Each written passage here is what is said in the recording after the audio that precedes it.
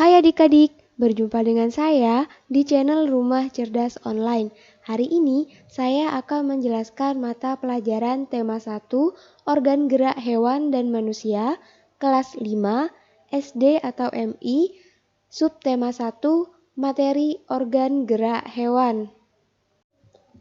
Nah, selanjutnya ini materi yang pertama, yaitu Bahasa Indonesia Pokok Pikiran. Pokok pikiran atau gagasan pokok adalah masalah atau inti utama yang dibahas dalam sebuah paragraf. Nah, di sini ada tipsnya adik-adik. Tips yang pertama yaitu tentukan dahulu kalimat utamanya ada di awal atau di akhir paragraf. Tips yang kedua, kalimat utama di awal paragraf ditandai dengan pengulangan kata pada kalimat berikutnya. Nah, tips yang ketiga yaitu kalimat utama terdapat di akhir paragraf ditandai dengan kata jadi, oleh sebab itu, dengan demikian. Nah, tips yang terakhir nih yaitu tentukan gagasan pokoknya. Di sini udah ada contoh paragrafnya nih adik-adik. Contoh, rangka atau tulang merupakan organ gerak pasif. Rangka disebut sebagai organ gerak pasif karena digerakkan oleh organ lain. Meskipun sebagai organ gerak pasif, rangka menjadi penopang tubuh sehingga dapat bergerak. Nah, di sini kalau kalian ingin menentukan pokok pikiran atau gagasan pokoknya, kalian pertama-tama nih tetap ya mengikuti tips. Harus menentukan kalimat utamanya. Nah, pada paragraf ini, kalimat utama terdapat di kalimat pertama ini ya, kalimat utamanya. Kenapa begitu nih? Coba kalian lihat di tips yang kedua. Kalimat utama di awal paragraf ditandai dengan pengulangan kata pada kalimat berikutnya. Nah, coba kalian lihat pada kalimat ini yang kalimat awal. Di sini kan membahas rangka sama ini ya organ gerak pasif. Lalu di kalimat keduanya dibahas lagi adik-adik. Nih, rangka dan organ gerak pasif. Jadi, kalimat utamanya itu rangka atau tulang merupakan organ gerak pasif. Nah, selanjutnya kalian menentukan pokok pikiran ya, berarti mengambil dari kalimat utamanya. Maka pokok pikirannya yaitu rangka termasuk gerak pasif. Begitu adik-adik cara menentukan pokok pikiran. Mudah kan? Nah, selanjutnya yaitu materi yang kedua, ilmu pengetahuan alam, gerak pada manusia dan hewan. Gerak pada manusia dan hewan. Secara umum, gerak pada makhluk hidup dibagi menjadi dua adik-adik. Yang pertama ada gerak aktif dan gerak pasif. Nah, gerak aktif menyebabkan terjadinya perpindahan tempat atau kedudukan. Contohnya nih, manusia berjalan, kelinci melompat, dan lain-lain. Itu yang dinamakan gerak aktif. Selanjutnya gerak pasif. Kalau gerak pasif ini tidak menyebabkan terjadinya perpindahan tempat atau kedudukan. Gerak ini dialami oleh tumbuhan. Contohnya nih kayak putri malu mengatup. Itu kan kalau disentuh dia langsung mengatup sendiri kan. Nah, itu dia melakukan gerak pasif adik-adik.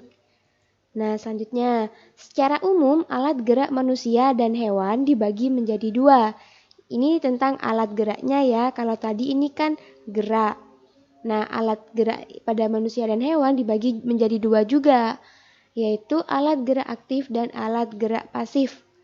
Alat gerak aktif berupa otot. Nah, otot ini adik-adik disebut alat gerak aktif karena memiliki kemampuan relaksasi dan kontraksi.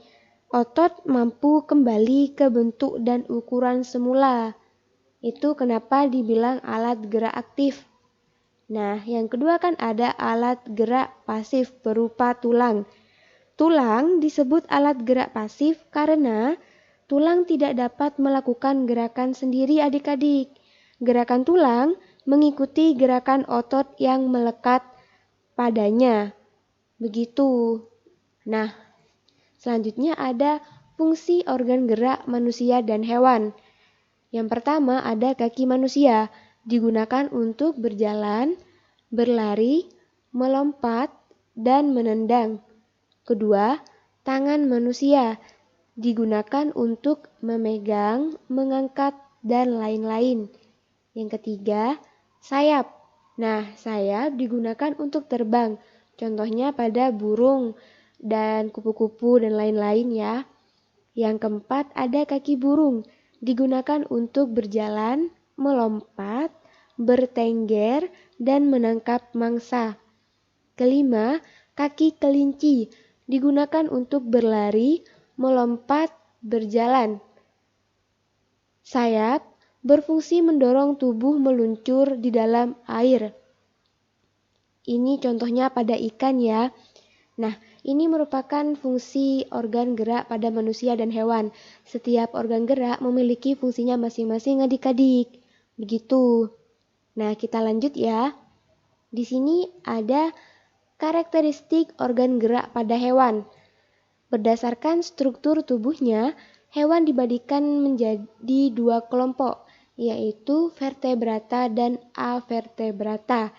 Nah, yang disebut dengan hewan vertebrata ini merupakan hewan yang mempunyai tulang belakang.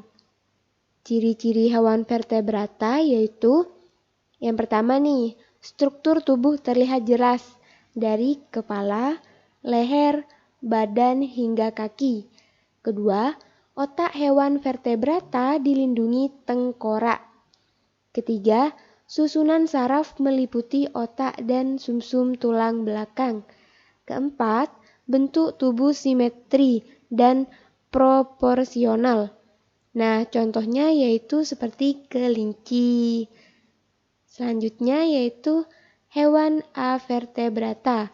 Nah, ini kebalikannya berarti ya, merupakan hewan yang tidak mempunyai tulang belakang. Nah, ciri-cirinya ini adik-adik antara lain yang pertama, struktur tubuh sederhana. Jadi ini lebih sederhana daripada yang vertebrata. Kedua, otak tidak dilindungi tengkorak. Kalau ini kan dilindungi tengkorak ya. Yang ketiga, susunan saraf terdapat di perut dan mempunyai rangka luar. Nah, contohnya yaitu pada siput. Begitu adik-adik. Ini mudah kan ya materi gerak pada manusia dan hewan? Nah, selanjutnya nih adik-adik yaitu materi yang ketiga, ilmu pengetahuan sosial, letak, luas, dan geografis Indonesia. Nah, letak Indonesia, yang pertama, Indonesia diapit oleh dua benua, Asia dan Australia, dan dua samudra, Hindia dan Pasifik. Nah, yang kedua, letak Indonesia berdasarkan daerah sekitarnya disebut letak geografis. Di daratan, Indonesia berbatasan dengan wilayah Malaysia, Papua Nugini, dan Timur Leste. Perairan Indonesia berbatasan dengan perairan Filipina, Singapura, sebagian Malaysia, Thailand, dan Myanmar. Nah, yang ketiga, Kepulauan Indonesia dilalui garis khatulistiwa. Khatulistiwa adalah garis lintang 0 derajat. Garis lintang dibagi menjadi dua adik-adik, yaitu lintang utara LU dan lintang selatan LS. Nah, selain garis lintang, ada garis bujur atau meridian. Garis bujur dibedakan menjadi dua juga, yaitu bujur barat BB dan bujur timur BT. Berdasarkan garis lintang dan garis bujurnya, Indonesia terletak antara 6 derajat lintang utara sampai 11 derajat lintang selatan dan 95 derajat bujur timur sampai 141 derajat bujur timur.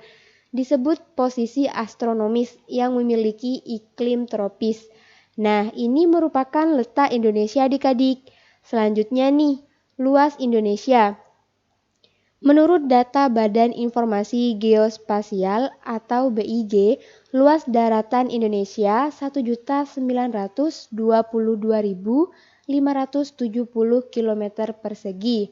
Nah, kalau luas perairannya yaitu 3.257.483 km persegi. Nah, di sini kalian bisa lihat ya, kalau lebih luas perairan daripada daratannya. Nah, kalau untuk luas total wilayah Indonesia yaitu 5.180.053 km persegi. Nah, selanjutnya adik-adik, lautan Indonesia memiliki batas 12 mil laut serta zona ekonomi eksklusif 200 mil. Karena itu, Indonesia disebut negara maritim. Indonesia juga memiliki banyak pulau yang terdiri atas 17.508 pulau, sehingga Indonesia juga disebut sebagai negara kepulauan. Nah, ini membahas tentang luasnya adik-adik, kalau tadi kan letaknya ya. Nah, materi yang selanjutnya yaitu geografis Indonesia. Yang pertama, Pulau Sumatera. Letak dan luas wilayah. Sumatera terletak pada 6 derajat lintang utara sampai 6 derajat lintang selatan dan 95 derajat bujur timur sampai 106 derajat bujur timur dengan luas 473.481 km persegi. Ini luasnya dari Sumatera adik-adik. Nah, kalau untuk kondisi alamnya, gunung yang ada di Pulau Sumatera antara lain Gunung Lauser, Aceh, Gunung Sinabung, ini ada di Sumatera Utara, Gunung Kerinci, Sumatera Barat dan Jambi, serta Gunung Dempo, Sumatera Selatan. Untuk sungainya yang ada di Sumatera antara lain ada Sungai Batanghari, Sungai Musi, Sungai Batang Kuantan, Sungai Kampar, serta Sungai Siak. Dan untuk danau di Sumatera yaitu ada Danau Toba dan Danau Singkara. Ini geografis di Sumatera ya. Selanjutnya nih, ada Jawa. Letak dan luas wilayah. Jawa terletak pada 105 derajat sampai 115 derajat 15 menit bujur timur dan 5 derajat 15 menit sampai 8 derajat 30 menit lintang selatan. Dengan luas wilayahnya yaitu 126.700 km persegi. Nah, ini luasnya lebih kecil dari yang Sumatera ya. Selanjutnya nih, ada kondisi alam di Jawa. Gunung di Pulau Jawa antara lain ada Gunung Galunggung, Jawa Barat, Gunung Merapi, Jawa Tengah, dan Daerah Istimewa Yogyakarta. Ada Gunung Kelut dan Gunung Bromo di Jawa Timur. Nah, kalau untuk pegunungannya adik-adik, di Pulau Jawa ada Pegunungan Sewu dan Pegunungan Kendeng. Sungai di Jawa antara lain ada Sungai Bengawan Solo, Sungai Citarum, Sungai Berantas, serta Sungai Ciliwung. Nah, danaunya yaitu Situ Begendit, Rawapening, dan Telaga Sarangan. Ini udah ada 2 ya. Selanjutnya nih, yaitu ada Kalimantan. Nah, letak dan luas wilayah yaitu Kalimantan terletak pada 109 derajat 15 menit sampai 115 derajat 30 menit bujur timur dan 4 derajat 15 menit lintang utara sampai 4 derajat lintang selatan dengan luas wilayahnya 743.330 km persegi. Nah, selanjutnya ada kondisi alam adik-adik. Gunung di Kalimantan antara lain ada Gunung Lumut di Kalimantan Timur, lalu ada Gunung Bukit Raya di Kalimantan Tengah, Gunung Menyapa, Kalimantan Timur. Nah, di Kalimantan terdapat Pegunungan Meratus. Sungai di Kalimantan antara lain ada Kapuas, Mahakam, Barito, dan Katingan. Dan untuk danaunya, di Kalimantan ada Danau Melintang dan Danau Jempang adik-adik. Nah, ini yang terakhir ada Sulawesi. Letak dan luas wilayahnya. Sulawesi terletak pada 180 derajat 30 menit sampai 120 derajat bujur timur dan 5 derajat lintang utara sampai 7 derajat 30 menit lintang selatan dengan luas wilayahnya 174.600 km persegi. Nah, kalau untuk kondisi alamnya, gunung di Sulawesi antara lain Gung Latimojong dan Gunung Lapombatang di Sulawesi Selatan. Ada Gunung Lokon dan Gunung Soputan di Sulawesi Utara. Nah, pegunungan di Sulawesi yaitu Pegunungan Bone, sungainya yaitu Sungai Lariang, Poso, dan Tabolang. Danau di Kalimantan yaitu ada Danau Poso, Danau Tempe, dan Danau Towuti. Nah, ini merupakan geografis di Indonesia adik-adik. Sangat mudah kan untuk dipahami, kalian tinggal mengulang-ulangnya dan membaca lagi di buku. Nah, yang terakhir yaitu materi tentang pendidikan Pancasila dan kewarganegaraan. Nilai-nilai dalam sila-sila Pancasila. Nilai-nilai dalam sila-sila Pancasila. Nah, yang pertama, nilai ketuhanan yang Maha Esa. Nilai sila pertama mengandung arti percaya dan takwa kepada Tuhan yang Maha Esa, sesuai agama serta kepercayaan masing-masing. Nah, sila pertama dilambangkan dengan bintang bersudut 5 adik-adik. Yang kedua yaitu ada nilai kemanusiaan yang adil dan beradab. Nilai sila kedua mengandung arti kesadaran sikap dan perilaku sesuai nilai moral dalam hidup bersama. Nah, sila kedua dilambangkan dengan tali rantai. Yang ketiga yaitu nilai persatuan Indonesia. Nilai sila ketiga mengandung arti mencapai tujuan nasional ke arah persatuan dengan bulat tekad untuk rasa nasionalisme. Nah, di sini dilambangkan dengan pohon beringin. Selanjutnya, nilai kerakyatan yang dipimpin oleh hikmat kebijaksanaan dalam permusyawaratan perwakilan. Nilai sila keempat mengandung arti suatu pengambilan suara berdasarkan musyawarah mufakat. Nah, ini sila keempat dilambangkan dengan kepala banteng. Dan yang terakhir yaitu ada nilai keadilan sosial bagi seluruh rakyat Indonesia. Nilai sila kelima mengandung arti bersikap adil terhadap sesama dan menghormati hak-hak orang lain. Nah, ini dilambangkan dengan padi dan kapas. Begitu adik-adik, ini merupakan nilai-nilai dalam sila-sila Pancasila. Nah, selanjutnya persatuan dalam keberagaman. Yang pertama ada toleransi dalam perbedaan. Nah, yang dimaksud dengan toleransi dalam perbedaan, sikap tenggang rasa atau perilaku menerima, menghormati, dan menghargai perbedaan. Nah, ini bisa dicontohkan dengan sikap menghargai perbedaan seperti perbedaan suku, agama, pendapat, dan lain-lain. Nah, yang kedua yaitu simpati dan empati. Maksudnya yaitu peduli untuk membantu tanpa membeda-bedakan. Nah, contohnya nih seperti membantu teman tanpa melihat agamanya apa atau dari suku mana, itu merupakan bentuk dari simpati dan empati adik-adik. Nah, yang ketiga nih ada cinta damai. Yang dimaksud dengan cinta damai yaitu perilaku mengutamakan perdamaian. Sikap cinta damai akan menciptakan keharmonisan dan ketentraman di lingkungan masyarakat. Nah, bisa dicontohkan dengan ini, kalau ada masalah diselesaikan dengan musyawarah dan diskusi adik-adik. Yang keempat ada cinta tanah air, menanamkan rasa memiliki sebagai bagian dari Indonesia. Nah, contoh sikapnya, kalian bisa membeli produk-produk dalam negeri. Begitu adik-adik. Yang kelima nih, demokratis dan anti-diskriminasi. Pemenuhan hak asasi tiap individu dan kelompok.